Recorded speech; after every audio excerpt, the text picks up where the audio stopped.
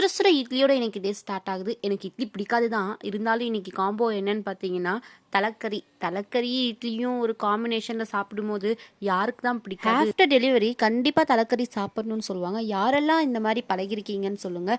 Because அப்பதான் குழந்தைக்கு தலை நிக்கும் அப்படின்ற ஒரு கான்செப்டும் இருக்கு. அது எந்த அளவுக்கு உண்மைன்னு தெரியல, எந்த அளவுக்கு மித்துன்னு தெரியல. உங்களுக்கு அந்த மாதிரி ஏதாவது எக்ஸ்பீரியன்ஸ் இருந்தால் கண்டிப்பா என்கிட்ட சொல்லுங்க. பிகாஸ் எனக்கு இது கொஞ்சம் புதுசா இருக்கு. எனக்கு தலைக்கறி சாப்பிட்டு பழக்கம்ல. இது ஃபர்ஸ்ட் டைமா இருக்கறனால நான் கேட்குறேன். குழந்தைக்காக எல்லாத்தையும் அக்செப்ட் பண்ணுற மாதிரி இருக்குது. இந்த மாதிரி டைமில் எக்ஸாம் ப்ரிப்பரேஷன் அப்படிங்கிறது கொஞ்சம் டாஸ்க்கு அதிகமாக இருக்கிற மாதிரி தான் இருக்குது. ஆனால் பரவாயில்ல அப்படின்னு சொல்லிட்டு டெய்லி ஒரு 1 ஹவராவது டைம் ஸ்பெண்ட் பண்ணணும்னு நினைக்கிறேன். இதுக்கெல்லாம் என்னுடைய ஃபிட்னஸை ரொம்ப மிஸ் பண்ணுறேன். பிகாஸ் நான் அவ்வளோ ஒரு ஃபிட்னஸ் ஃப்ரீக்காக இருந்தேன். ஆனால் இப்போ என்னால் இருக்க முடியல. பாப்பா பிறந்து 44 டேஸ் தான் ஆகுது. கண்டிப்பாக 3 மந்த் அப்படிங்கிற பட்சத்தில் நான் ஸ்டார்ட் பண்ணிவிடுவேன். இன் பிட்வீனில் ஏதாவது சேலஞ்சாக பண்ணுவேன். அப்படி பண்ணும்போது கண்டிப்பாக அந்த அப்டேட்ஸும் உங்களுக்கு கொடுப்பேன். தேங்க்யூ.